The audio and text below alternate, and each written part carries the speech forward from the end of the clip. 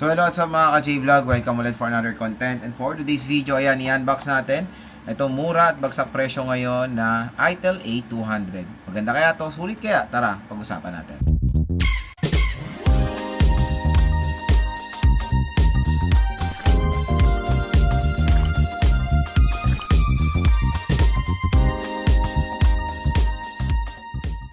So yun mga idol, for today's video, mag-unbox tayo ng isang budget meal na smartphone, and this is the ITEL A200. So itong smartphone na to ay recently lang lumabas sa Philippines at medyo, kumbaga sa design is very interesting dahil yung design nito is very identical sa iPhone 17 Pro and Pro Max. When it comes sa color din, parehong-pareho, meron silang silver, orange, and blue. Tapos ayan, umorder tayo dahil again ang price tag lang neto sa online is 4,000 pesos. Dito lang kayo bibili Tap mo yung video, ayan, view products dito. Mura nyo lang makukuha tong ITEL A200 sa sobrang bagsak ang price. Yun ang maganda dito dahil sa link natin sa video natin, meron po kayo makukuha additional discount voucher. Again dito lang kayo bibili sa link, makukuha nyo to ng napakagandang discount. Additional discount na up to 1 to 2,000 pesos off bukod sa sale price na sa online. So pwede nyo makukuha to 4,000 pesos below. Okay? So ang napili nating color is yung nightly blue. Yes, nightly blue or nightly blue. And ayan. So tara mga J-Vlog, samahan nyo ang unbox itong ITEL A200. So ito yung box ng ITEL A200. So as you can see, when it comes sa box niya or sa itsura ng smartphone is very identical din sa iPhone 17 Pro Max. Even the colors na available dito, silver, blue, and orange. Okay? So meron siya 120Hz, 6.75 inches. Ito na naman tayo sa mapalin lang na RAM dahil ito lang ang RAM niya. No? Maliit na yan. 3GB of RAM lang to with 5GB of extended RAM para mag-total na 8GB. 128GB of internal storage and IP65 po ito. So sa likod ng box, ayan, yung mga sinabi natin, 5K battery, 4.5G network, AI assistant, and Unisoc T7250 processor. So open na natin si ITEL A200. Ito siya mga idol. So let's check. Dali na natin yung kanyang stickerness. Ayan na ang smartphone. And nung napili nating color is yung nightly blue. Nightly blue ang tawag nila. Pero sa iPhone, ang tawag nila dyan is deep blue. Ayan siya. So check na natin siya in nightly blue. Ayan. Tanggalin na natin din ito mga idol. Ito ano naman, wala naman yan sa warranty, hindi yan nakaka-affect. And when it comes sa silhouette din na yan, no, may ganun din siya, parang 17 Pro Max ang itsura nito. And even ito, pero dito yung camera niya, hindi siya nagmukha talaga when it comes sa camera. Pero yung silhouette ng design, very identical of course sa iPhone 17 Pro and Pro Max. Maganda yung deep blue nito. And I think meron din akong deep blue dito na 17 Pro Max. Ito. So, this is a iPhone 17 Pro Max and ito yung ITEL A200 as you can see, di ba? When it comes sa color, hindi sila nagkakalayo mga idol. Kaya kung gusto niyo ng isang iPhone inspired na design, dito kayo sa ITEL A200. So, check muna natin yung mga inclusions dito sa box. We have here a power brick. So, super slow siya, 10 watts lang. Meron tayo ditong SIM eject tool. A Type-C cable, licensed by Qualcomm, ITEL warranty policy, and of course yung kanilang jelly case na. Tingnan nyo naman, nakakatawa din yung jelly case, no? So may ganyan pa siyang mga accent. Ayan. So explore natin si ITEL A200. So meron tayong dual rear camera system, pero legit na isa lang talaga gumagana dyan. So meron siyang infrared sensor and yung flash. Matte finish overall, magaan siya in fairness. So nandito yung right side niya is power button / fingerprint scanner and yung volume rocker. Sa taas naman is yung speaker grills. Sa left side is yung SIM tray. Sa baba naman is yung 3.5mm headphone jack, microphone, and yung Type-C port. Sa bibili ng smartphone na to, magandang balita dahil meron siya pre-installed na screen protector out of the box. So open na natin si ITEL A200. Ayan.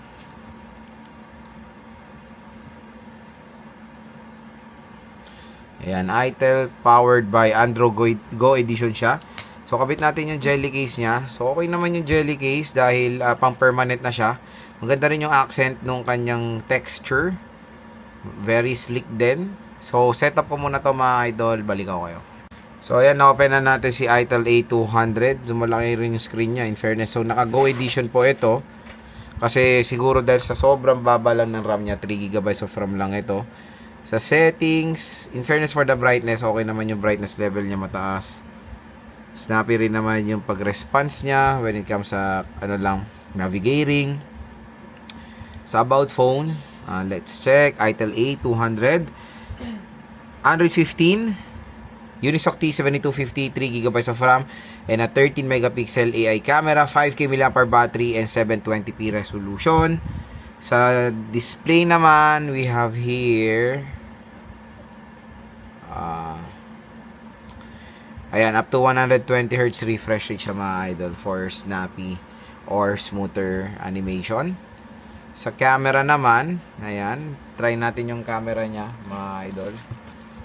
So sa camera, let's take some photo. Ayan. In fairness malinaw din siya. So we will try it sa outdoor din. Ite-test natin siya sa outdoor. So ayan mga idol, yung ating unboxing dito sa Itel A200. Kung interested kayo dito, again yung link niya nandito sa ating video, dito sa side na to. Diyan kayo bumili mga idol dahil mura nyo lang makukuha tong Itel A200 at meron pa makukuha kayong discount upon checkout. So ayan mga ka-J-Vlog, na-unbox na natin si Itel A200. So tanggalin muna natin yung kanyang case. Next is, gusto ko bigay sa inyo yung first impressions ko dito sa smartphone na to na unbox na natin siya or na hands-on na natin. Unang-una yung design. So sa design talaga is very familiar sa 17 Pro and Pro Max. Kaya kung naghanap kayo ng isang smartphone na very aesthetic yung design, ito na magandang i-recommend sa inyo mga ka-J-Vlog. Talagang mukha siyang iPhone 17 Pro Max. Malayuan lang naman. Yung itsura, pero yung camera hindi. Kasi pag ganito yung camera niya, the design, silhouette, mukhang 17 Pro Max talaga siya, which is very gorgeous naman dito sa Itel A200. So, even yung ganyan niya, yung parang square dito, nagaya niya doon sa 17 Pro Max. And, overall build quality niya, in fairness, okay naman, very sleek at slim naman itong smartphone na to. Second, yung display. So, sa display na itong si Itel A200, very, naman siya, normal for its price. 6.75 inches. Yung brightness level niya, nasa average level, not too bright, not too low. So, nasa ganong level lang naman yung brightness level na itong si Itel A200. At meron din itong 120Hz screen refresh rate mga ka-J-Vlog. So, in fairness, for 4,000 pesos smartphone, all goods naman na yung kanyang display quality, very normal for its price. So, HD plus 720p, IPS LCD display. Second is yung kanyang operating system. So, sa operating system, medyo ma-accept naman natin yung fate niya na ito. It's Android 15 Go Edition po ito. So, meaning pag Go Edition, medyo may certain limitation lang doon sa, sa operating system. Kumbaga, dito sa Itel A200, meron tayong mga hindi magagawa natin sa full Android OS. Okay? So, yun lang naman yung natin dito, ma-accept nyo ng Fate dito is Go Edition dahil yan sa reason na to, of course. Meron lang kasi itong 3GB of RAM. So, yung 3GB of RAM, to be honest, medyo hindi na talaga yan, hindi na ganun nagagamit ng mga consumers natin na heavy users, of course. Kaya itong smartphone na to, marirecommend ko to sa mga consumers na gagamitin to secondary smartphone, navigating tool for their work. Pero kung heavy user kayo, heavy gamer, definitely sa big no-no dito. Very light lang ang dapat magawa nyo dito dahil, again, Go Edition lang siya at mababa lang po talaga ang kanyang RAM.